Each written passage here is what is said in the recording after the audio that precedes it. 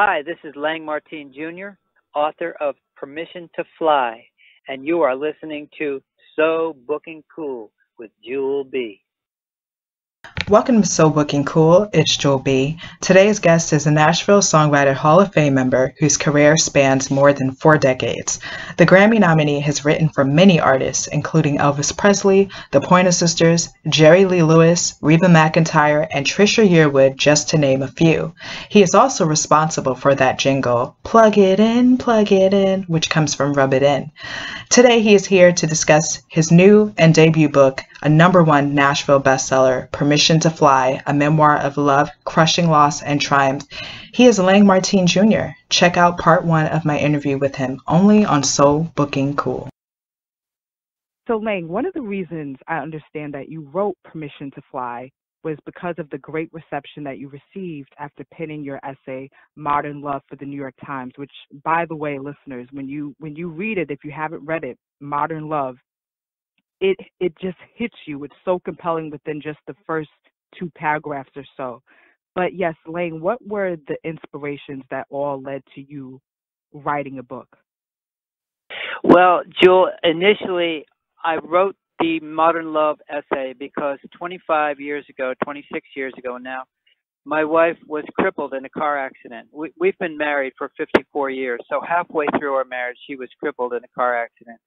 And 10 years ago, I tried to write for my own edification, really, what it had been like in the years since her car accident. And when I finished that story, I just thought, maybe somebody else would like this besides me. And I was reading the Modern Love column in the Sunday New York Times one day, and at the very bottom it says, if you have a modern love story that you think we might like, email it to this address. So I said, well, that's what our story is. It's modern love. So I emailed it to the editor, and a few hours later, the next morning in the coffee shop, he emailed me and he said, I love this. I'm going to print this in 3 weeks. And I thought, God, this is so exciting, because I had been writing songs for around 40 years or so and loving every day of it, but I was changing and sort of was more family oriented and more kind of love based, which really wasn't new for me, but I mean, it was more of a concentration. I wasn't waking up with a song in my heart, so to speak, every morning as I had for so long. And this response from this guy was just thrilling to me. And then he put it out, and I got this enormous response from all over the world, from people who just, families and just people who said, this is just a tearjerker. It's so wonderful. I want to have a relationship like this when I grow up, or, with someone that I find, or whatever. And I just thought, God, this is such an exciting new feeling to me. And I just kept writing, and it turned into this book. The book is, basically about love, because it's about all the people I loved in my life, bosses and teachers, and Ray Stevens, who taught me so much about songwriting, and of course my wife Linda and our 3 sons. And so it's basically all based on love and the feelings that drive you to, have the kind of life you want. It also includes a lot of stumbles and failures and disappointments and, crushing occurrences like my wife being crippled, and also a terrorist act that cost us a small fortune at a time when we really could have used the money. But and also, I mean, I had a business loss, a business failure early on in our marriage that cost us a house. So we haven't had like the smoothest ride in the world, but I've got to say that all along the way, it's just been wonderful to be married to this fabulous person. So despite exterior problems, the relationship together has always been so enjoyable, and we've always managed to have a great time, even during the most difficult periods. So that's a large part of what the book is about. And the early part of the book is about the people, beginning with my mom, who gave me what I call permission to fly, which was, encouraging me to go outside the house and take risks and then pay the price for whatever happened, to learn how to recover from, mistakes and so on. And that was honestly the key to figuring out who the hell I was, and enabling me to take a lot of the chances that have led to what I consider to be a really wonderful life, including moving to Nashville with two little kids and loading trucks, and painting radiators, and doing anything I could to earn a living. So the book is this title, Permission to Fly, that the book is, I think, is apt because it's that permission to fly that she gave me that enabled me to have, all the good things as well as the really rough things. But overall, it's been such a wonderful time, but never would have happened if I'd had someone who sort of squashed me and didn't encourage me to step out there and go for it. Yeah, to step out there and go for it. Layng, do you sometimes feel that society does not encourage that enough, that we giving like ourselves permission to fly like your mother did, which I'm glad, because I feel like not everyone has someone who is encouraging and supporting like that, to say, do what you want to do, like find that path and go on that path. So like at any point, did you hold firm to your mother's advice, or were there ever moments where it didn't seem like you could fly? Do you know what I mean? Yeah. Um, honestly, Jewel, I loved it all along the way, even though it seemed ridiculous. Like if you were to look at it, I mean, I don't honestly think there's anybody who would have encouraged me to do a hell of a lot of the things I did, including necessarily my mom. What she gave me was the idea that I could make my own judgments, and I didn't really check with her most of the time because her message was, you go out there and do it, and if you run into trouble, it's your problem. But she convinced me so that I could handle the problem. She convinced me that I could rescue myself. So there were lots and lots of things along the way while I was still living at home that were pretty absurd, including jumping out of planes and, selling bedroom slippers door to door, and driving to Quebec City, Canada from Connecticut for the weekend and stuff like that, which I just did them because I thought, I want to do this. I want to see what it's like. And if I can drive to Canada, like in our case from Connecticut, it was 8 or 9 hours. I can go to this French city where they speak French and be in a foreign country and just getting in my car for 8 hours. Who wouldn't do that?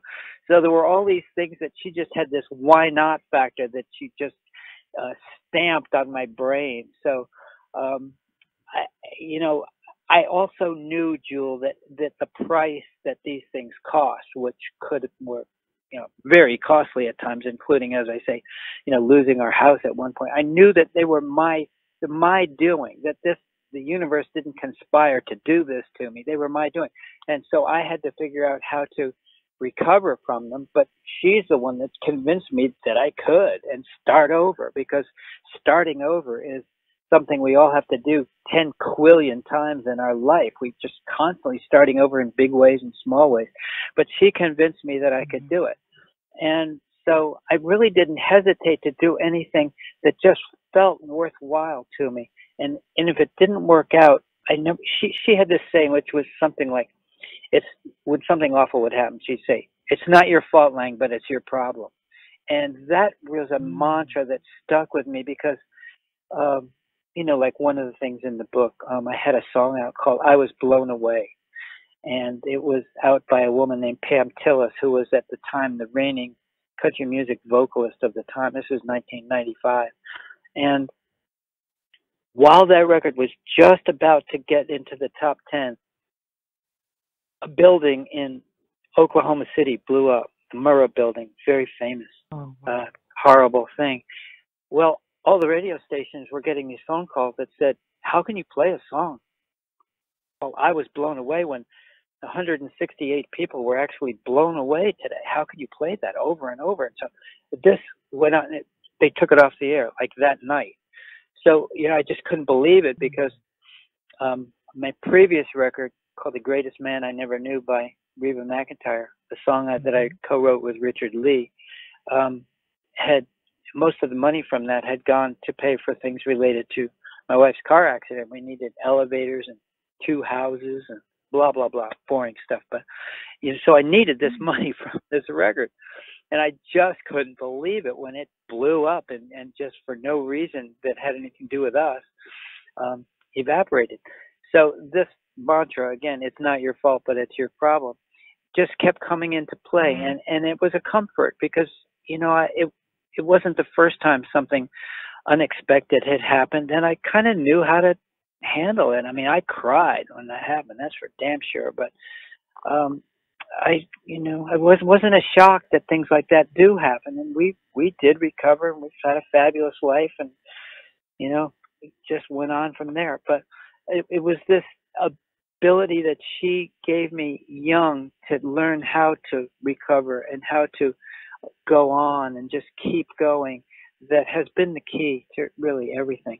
That and then all of these people that I talk about in the book, some of whom were famous, like Benny Goodman. I was his pool boy and his lawn boy. I drove him to concerts and stuff when I was a kid. I learned an immense amount from him and from the 10 other people or so that sort of make an appearance in the book, some of whom I knew only for 10 minutes or whatever.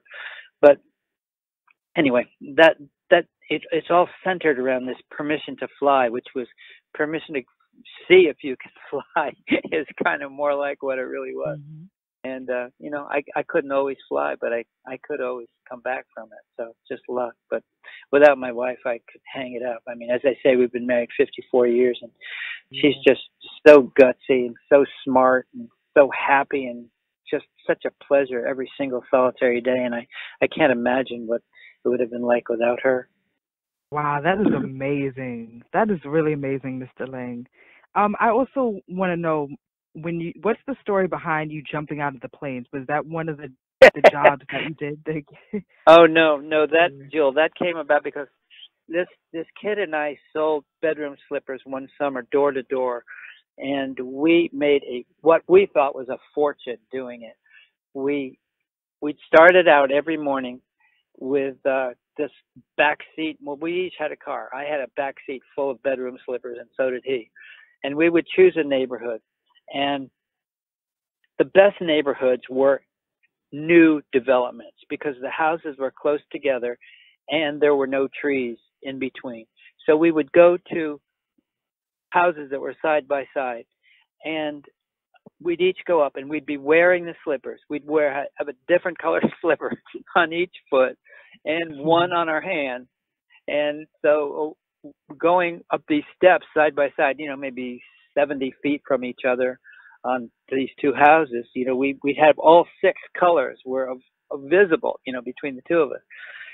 And so we just made so much money by around 1 o'clock every day. We just invent something to do. And we one day we just said, well, let's go skydiving. That's crazy. Let's go do that.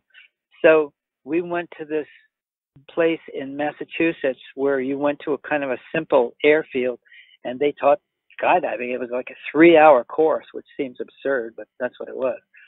And you got up in this plane, and they hooked you to what's called a static line. You did not pull the ripcord yourself. You jumped out, and when you got 300 feet or so from the plane, this thing automatically yanked the chute open.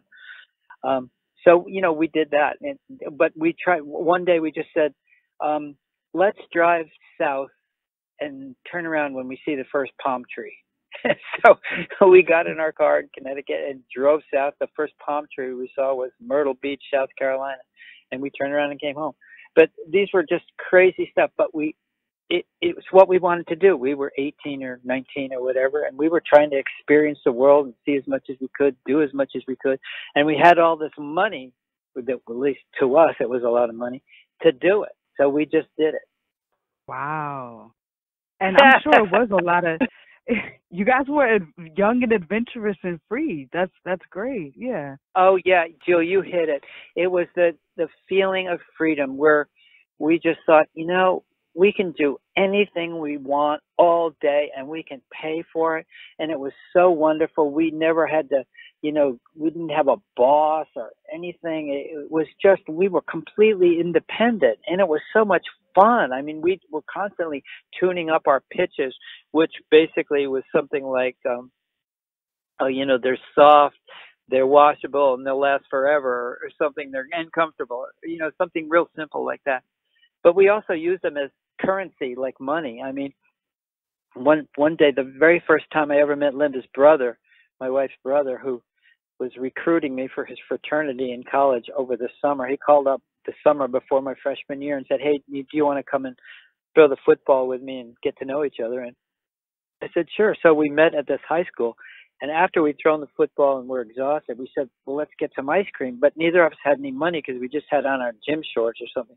I said, "Well, wait, I've got a back seat full of bedroom slippers. We'll take them to the Dairy Queen and we'll trade them for ice cream." So, went up to the girl at the window and I said, "Hey, look, we don't have any money, but we've got these beautiful, very comfortable slippers. Would you swap us for some ice cream, milkshakes or something?"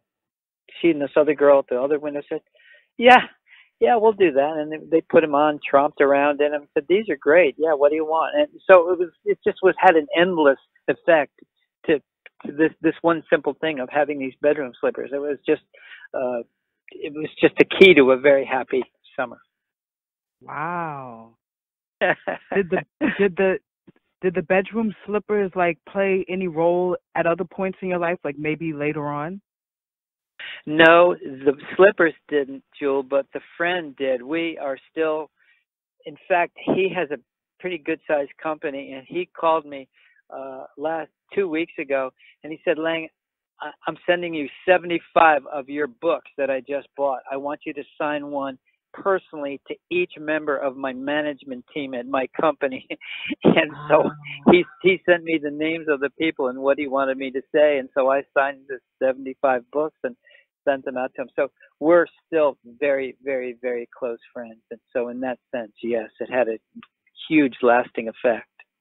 When you mentioned, like, when you said that's exactly what it was, like just living life and having these different experiences and stuff and being free, does that play a part when it comes to songwriting experiences?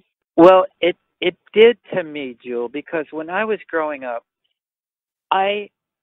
the thing that moved me most, besides my friends and my family, of course, but the thing outside that moved me the most were songs. I mean, I loved, Nat King Cole and I must have been, God, what, 7 or something. And when Nat King Cole would come, I'd say, "Please turn it up. I got to hear that." Or Tony Bennett or this, they weren't rock and roll songs because rock and roll hadn't come on the scene yet. That was, let's say, 1949 or something, 50, 51. And I just loved these people. And then all along the way, Perry Como and people who were considered, kind of calm after rock and roll hit. But then suddenly when rock and roll started where we lived in Connecticut, our radio stations were all in New York. It literally started 1 week. I mean, they just switched from being whatever kind of programming they had at WINS and WMGM with the stations, and they suddenly switched to rock and roll. And so all of a sudden you turn it on and it would say something like, "From Barbara to Billy, I'm so sorry about Thursday night." And then you'd hear this da da da da. This song would start. You say, "Well, God, this is the greatest thing I ever heard." And then one day, riding to the movies with my 7th grade girlfriend, my mom driving, I heard this record on the radio, and I thought, "This is the greatest thing I've ever heard. Mom, please turn it up. What is that?" Well, it turned out to be Elvis Presley singing "Heartbreak Hotel." And this switch literally flipped in my heart, and it just never went off. So when the idea occurred to me as I think a junior in college, that I could actually write a song, or maybe I could. I mean, when I got that idea, I thought, this is the greatest thing going, because I was totally lost. All my friends were going to internships at Merrill Lynch and big, great companies and stuff. And I thought, well, they would hate me at Merrill Lynch. They'd fire me in 2 seconds if I even got the job. What might I be good at? What am I excited about the way they're excited about these jobs? And this song came out of the radio, and it's called Abilene by a guy named George Hamilton IV. And I listened to that and I thought, God, that song's so wonderful. I wonder if I could ever write a song. And I said, yeah, you can do it. You can write a song. Try it. Go and do it. And so that was the key. And once I got hooked on that, I was going to college in New York City. And after I wrote my first song, I went down to a Broadway bar, actually called the Turf Bar, where I knew the music people hung out because I read all the music magazines, and I knew songwriters and record producers and singers and stuff went in there. So I went in there in between my classes, and I found these guys and asked them if they were songwriters because they kind of looked unusual, and they said yeah. And they told me where to go to make a demo of my song, and I made it. And at the time, when you made a demo, they didn't have tape; they gave you a disc. So I took this disc back to college the next day, and I had it stuffed in my notebook. And after, in between class, I went to this coffee shop and took out the disc, and I looked at it, and it said Layng Martine Jr. on it, and then the name of the song was Swagger. And I thought, this could change my life. This is it. I've got to figure out how to do this. So I went home and flipped over all my Elvis Presley records and learned that there was a company in New York that was connected with his music. So I went down there. They were on Broadway. I took my little disc and went in, knocked on the door, and asked if I could play it for somebody. And this girl at the desk, got me an appointment with this guy, and that hooked me, Jewel. I just was off and running. I was obsessed with it. So you asked about freedom. That was my idea of freedom, because to let my spirit just roll and write these songs, which were largely boy-girl related, the love and affection, sexual attraction, the excitement between boys and girls, or whatever it is when you're growing up.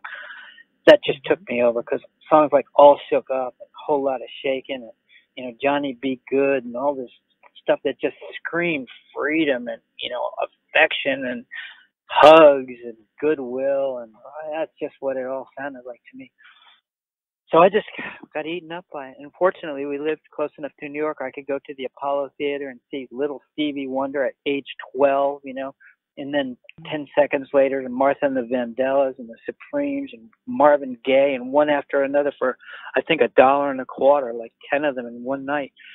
And so this is the greatest thing in the world. If I could ever possibly do this, this would not be work. This would be the most fabulous life I could have. And that's what I did, and I always felt free. I never felt squashed while I was writing songs. And being squashed was the scariest sounding thing in the world. So this freedom of spirit and freedom of make it up every day was great. Of course, I had to keep the hits coming, and I had to learn how to manage money, which was like anybody has to do that, and know that if something good happened with one of my songs, it might never happen again. Pretend it won't, try to buy a good house and a car that works and so on, Anyway, that's a long answer to freedom, but yeah, songwriting felt like pure freedom to me.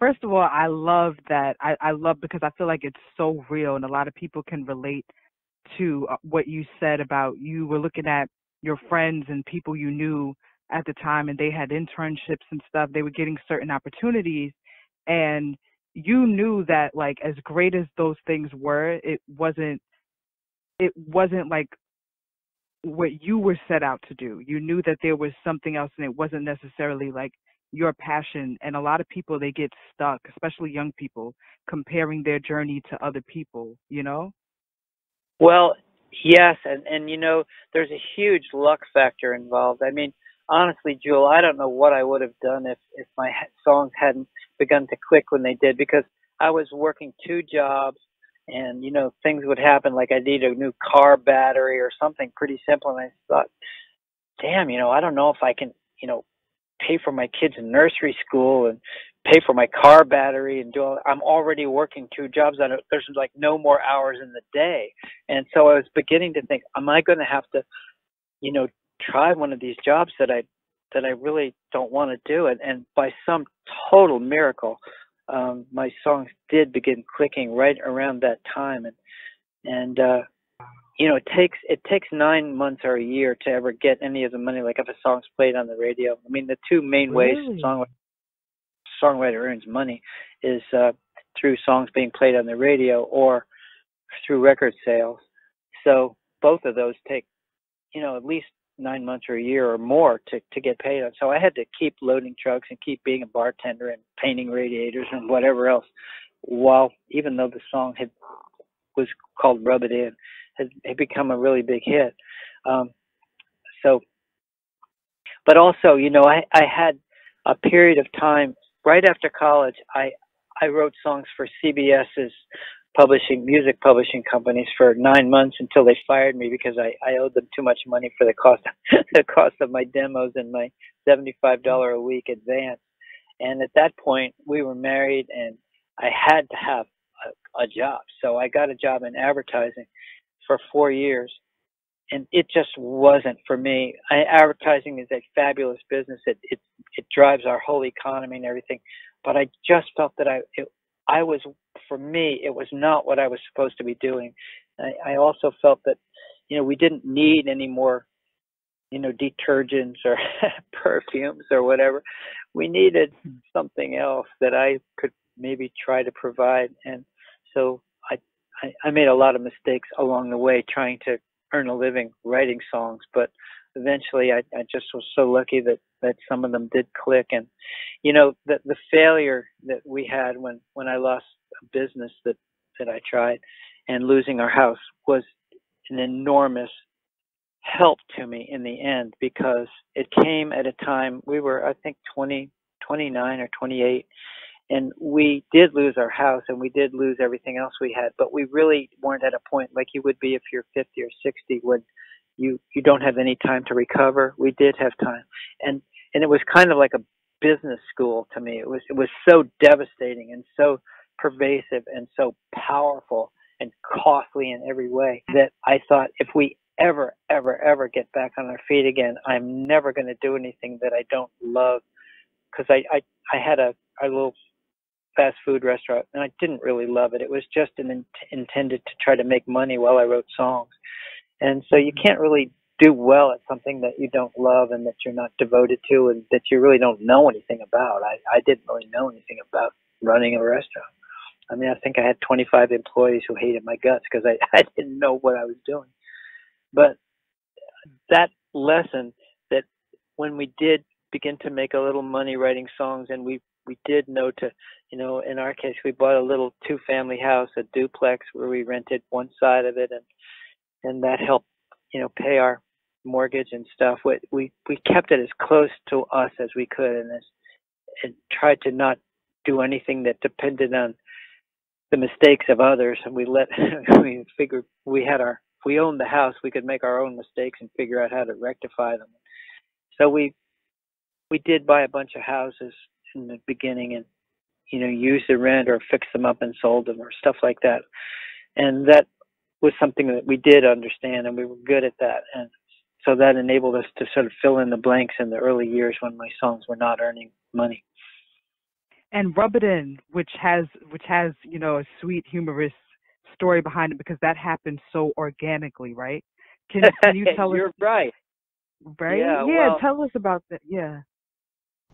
So that was part 1 of my conversation with Mr. Layng Martine Jr. Thank you so much for listening, and definitely stay tuned for part 2, only on So Booking Cool.